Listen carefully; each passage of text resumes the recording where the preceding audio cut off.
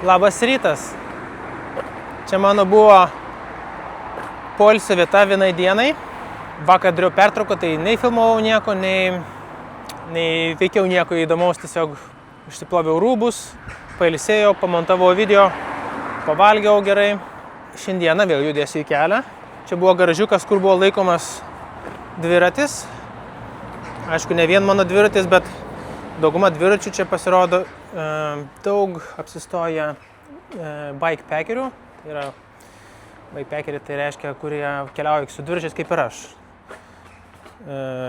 Pack yra kaip ir krepšys, bike yra dviratis, tai bikepackeris kaip ir žmogus, kuris keliauja su krepšiais. Ir čia yra, matote, čia kai kurie yra tiesiog pasistatę. Gal juos nuomoja, o gal šiaip atvažiavo kas nors. Rodos, kad nuomoja juos šitos dviračius. Nes čia buvo dar keli irgi tokie su krepšiais dviračiai, čia yra 2. Pirmadieniais nedirbo ne viena kirpykla. Aš norėjau pasižiūrėti, ar gal apsikirpti. Vakar norėjau apsikirpti, bet nedirbo ne viena kirpykla. Šiandien dabar nuvažiuosiu iki to miestelio. Ne patys senamiestį, bet šalia jo. Ir tuo pačiu dar šiek tiek papasakosiu apie tą miestelį ir dar važiuosiu į senamiestį su dviračiu tenai biškuką. Pafilmuosiu, kaip jisai atrodo tas miestelis tenai.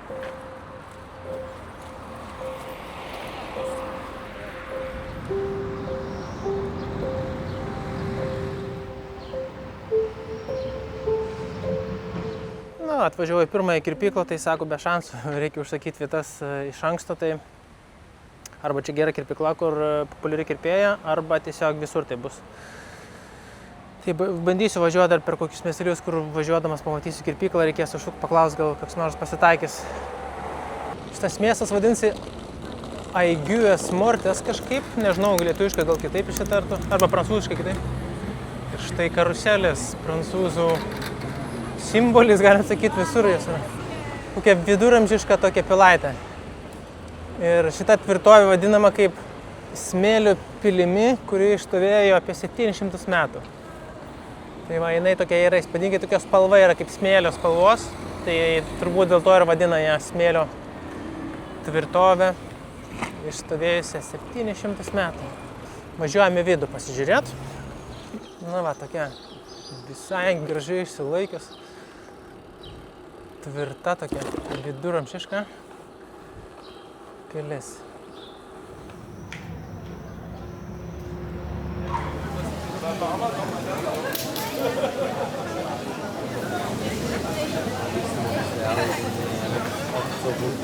Bet toks tas mūsų miestukas. Čia daug apie jį pasakot turbūt nėra ką. Tiesiog mačiau irgi žmonės vaikšto tą gynybinę sieną aplinkui. Galima apeiti tiesiog, kaip ir daugumoje tokio tipo miestų, galima tomis sienomis apeiti miestą. Bet apeidinėti miestą vidury dienos nėra labai malonu, nes labai karšta būna.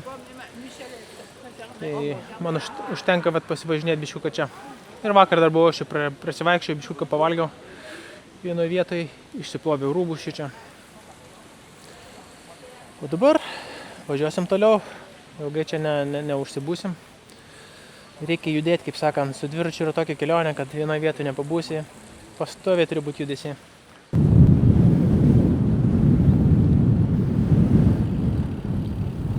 Viskas jau apsikirpęs. Pro prekybcentrį tokį važiavau ir čia tai yra. Pamačiau, kad yra kirpykla, kur gali vos ne iš karto apsikirpti. Tai užėjau, buvo laisva kirpėja, tai iš karto apkirp. Bet labai taip ant greičio. Smašnėlę biškį viršų nukirpo, paprašiau dar barzdą, kad nuskustų. Bet jie barzdą tam belenkai irgi tenai paviršutiniškai nurėžė. 21 eurų sumokėjau. Tai čia tam kartui bus gerai. Po to žiūrėsim, turbūt už kelių savaičių vėl reikės pakartoti tą patį procedūrą.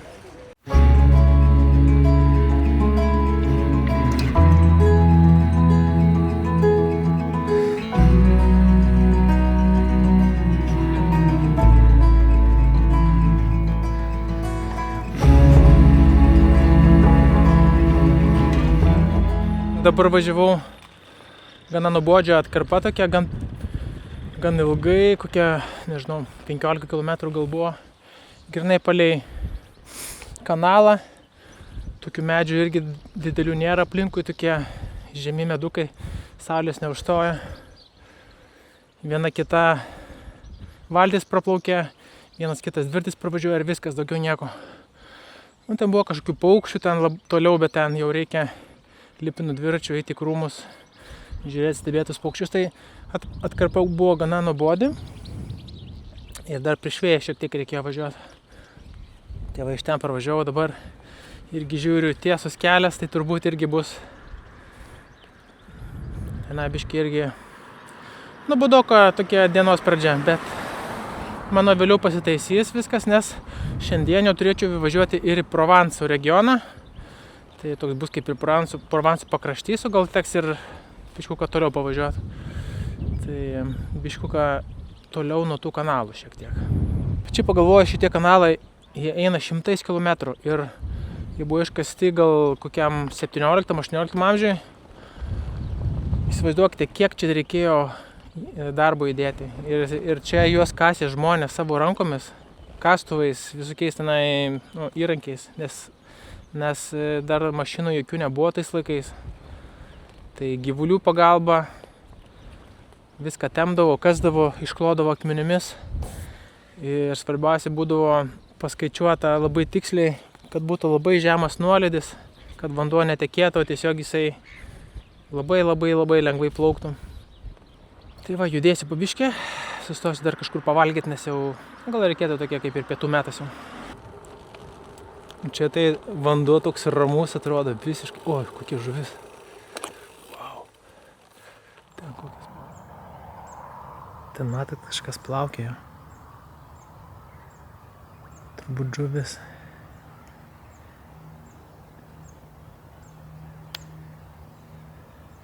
Ir kaip sakau, šita vieta atrodo tokia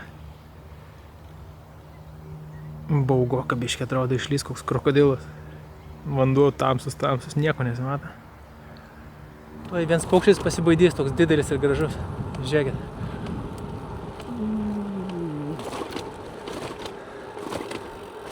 Kaip jums sunkus tais sparnais skris. O, vėją pagavo.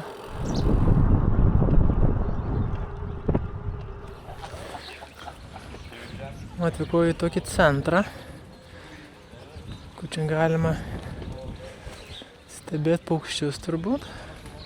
Jo, čia ornitologai tokie vaikšto visi su objektyvais dideliais. O čia galima prisėsti taip pat ir pavalgyti.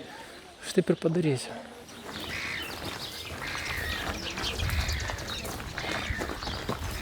Taigi, sustoju pavalgyti ir ką valgysim? Valgysim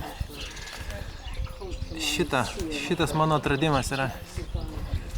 Čia yra troškinys skardiniai tokioj. Aišku, jie gali vežiotis, visur įsidėjęs. Ir aš vieną kartą jau ragavau, labai skanu. Aišku, rekomenduoju šitą pašildyti.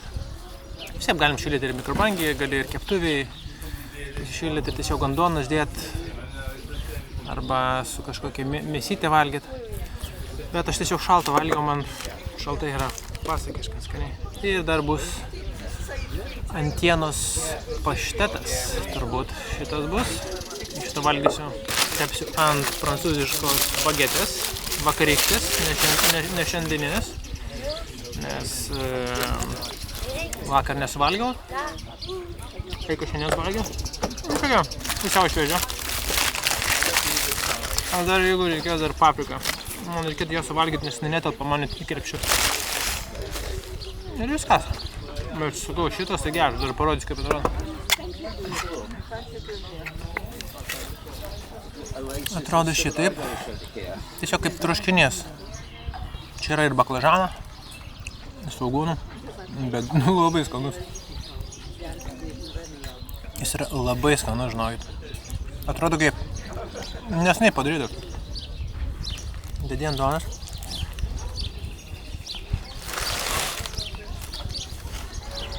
Ir valgai, jokios mėsos nieko nereikia.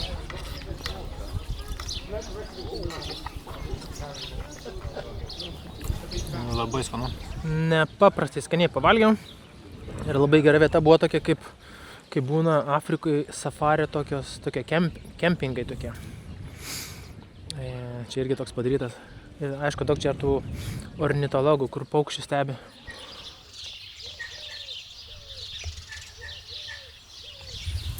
Čia jau biški daugiau paukščių ir įdomiau. Nu, ar šitas paukštis matytas daug kur. Mums pažįstamas puikiai. Čia tas vanduo toks stovintis, čia veisėsi visokių gyvių jaučiu. Dėl to čia paukščiai ir mėgsta tas vietas. Štai matote toli tokį baltą žirgą. Tai šitie žirgai yra vadinami kamarga arkliais. Štai ten vėl matau kamarga arklius. Jie yra balti vėl, matote. Ir žiūri vienas į mane. Gal pabandysiu arčiau privažiuoti. Tai tokie laukiniai, visiškai gražūs. Tai čia yra kamarga arkliai. Ir matote, tas jaunėlis yra skirtingas, jis ne baltas, tamsesnis. Bet po to jie pašviesėja. Labai įdomus faktas. Dabar kaip stebi mane. Va. Kaip gražiai bėga. Grini laukiniai atrodo. Ne, nebėga. Va. Iš karto. Jie yra tokie pusiau laukiniai, labai baikštus. Bet va tokie vat prieina, žiūri. Na, prisiartino tiek, kiek galėjo, nes jie jau tokie atrodo ir pradeda baidyti. Tai parodyt, kad pulsiu.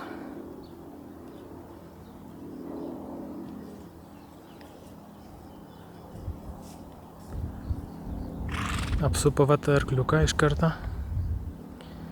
Nu ne, negalim trukdyti gyvulių. Tegul jie džiaugiasi. O, su kanopa kaip duoda mažiukas. Va, žiūrė. Čia rodo, kad jisai puls. Va. Bet kaip apsupo iš karto tą mažiuką. Būrys visas. Instinktas. Na gerai, iki. Ate. Nu faini tie arkliai. Balti tokie. Kamarga. Kamarga arkliai. Stebi mane visi. Jaučiu, kokie jie greiti, kaip pasileisti, jaučiu pelukus. Aš į biškį važiuoju vos į ūkininko kažkokį lauką, kad privažiuot prie tvarkliukų. Bet įdomu, ar ūkininkas prieina prie jų, nes jie tokie baikštus, tai įdomiai.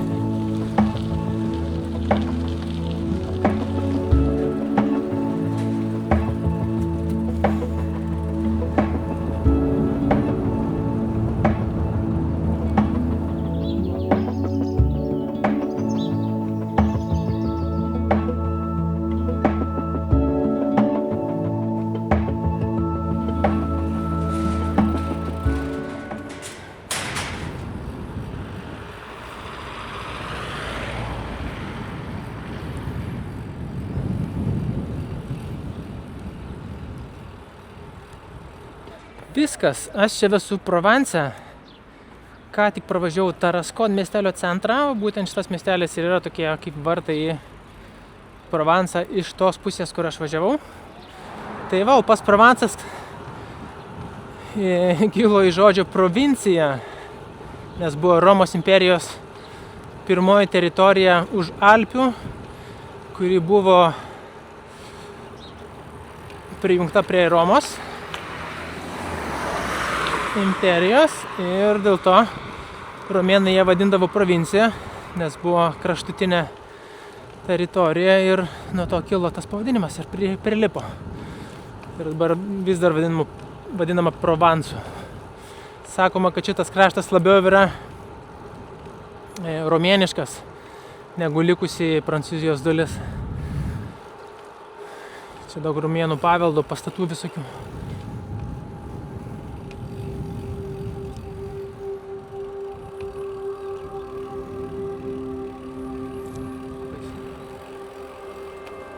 Labai gražu, man patinka tokie.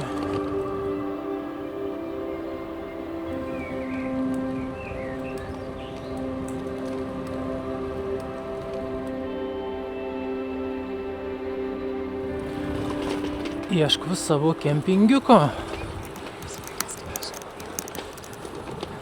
Šitoj gatvėje turėtų būti kažkur.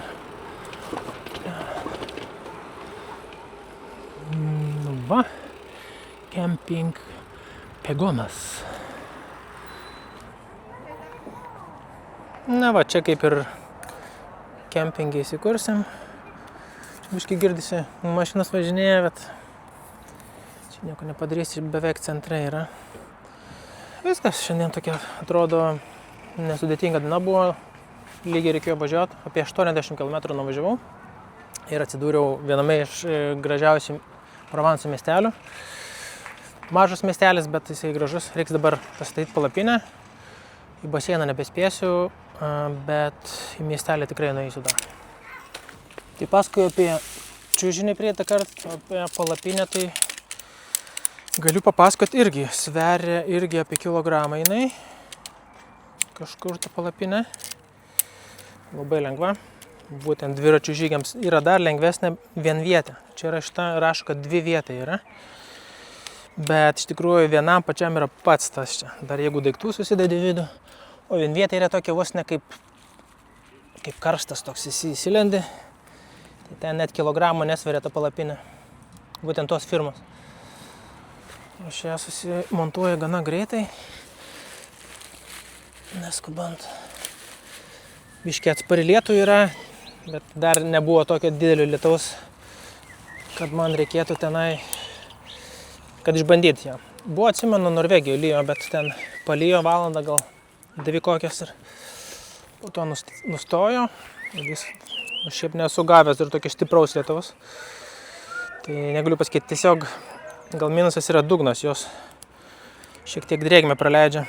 Nes jeigu yra drėgna žolė kažkokia, tai būna drėgna palapiniai, jau reikia tokio kažkokio apsauginio sluoksnio po apačią. Bet vėl vežtis, vėl svoris. Tai aš kol kas nesiėmiau, tikiuosi, kad nebus labai šlapių dienų ar naktų. Viskas padaryta. Tai va, yra čia daug vietos ir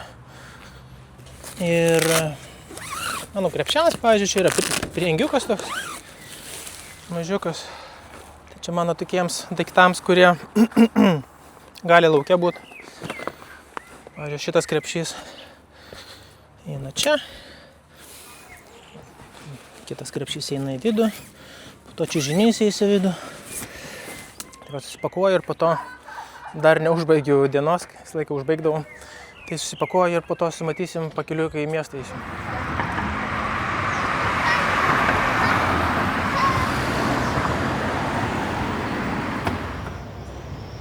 Kokie gražūs pastatai, bet man labiausiai patinka šitie aukšti medžiai.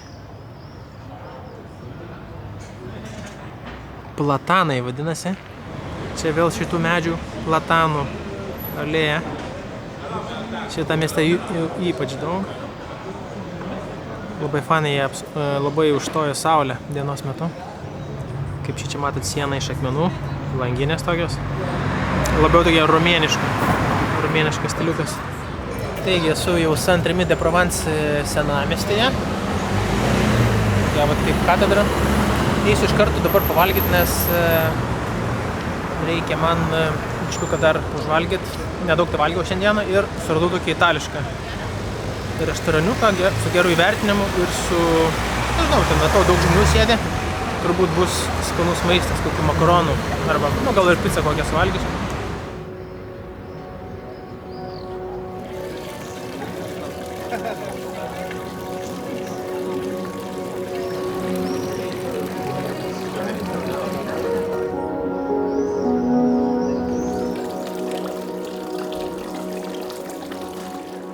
Tai viskas, kol pavalgiau ir sutemo, saulė nusileido ir dabar ateinu grinai per patį centrą. Saint-Rémy de Provence. Labai reikia galvoti, kol tą pavadinimą atsimenu, kad nesuklysta.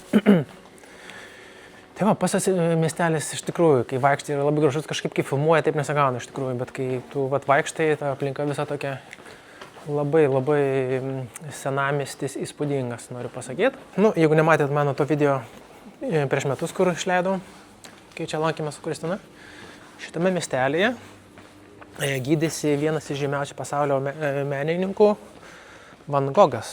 Jisai čia gydėsi psichiatrinį ligoninį, ten buvo toks kaip ir vienuolynas, bet po to tapo tokia prieglauda psichiatriniams ligonėms. Tai savo norų šito ligoninėje apsistojo. Niekas dar aiškiai nežinom, kuo jis sirgo, bet manoma, kad jis sirgo epilepsijos tokia forma, kur nėra dabar duomenų išlikusių. Bet kai buvo diagnozuota, rado kažkokius įrašus, kad ten buvo kažkokia epilepsijos forma jo. Ir jį labai sekindavo jinai, tai jisai dėl to pats apsistojo. Prabuvo tenai metus ir per tuos metus nutapė 150 paveikslų. Ir dauguma iš šių paveikslų yra tie garsiausi jo paveikslai, kurie žmonės dabar moka milijonus. Pats tas miestelis yra labai nedidelis. Čia jį gali apeiti per, nežinau, kokį 15 minučių gal tikrai visą apeisi aplinkui ratu. Tarp senamiesčio tai išmaišysiu, tai va. Ir daug viskių restoranų. Vietų, kur atsės pavalgyti, gana brangių vietų. Pavyzdžiui, šiandien suvalgiau pastą bolonezę, man rodos. Ir dar už kolą 19 eurų. Einu savo kempingiuką ir turbūt šiandieną jau atsisveikinam, nes eisiu aš į palapinę, prigulsiu, susiruošiu ir eisiu miegoti. Tai iki.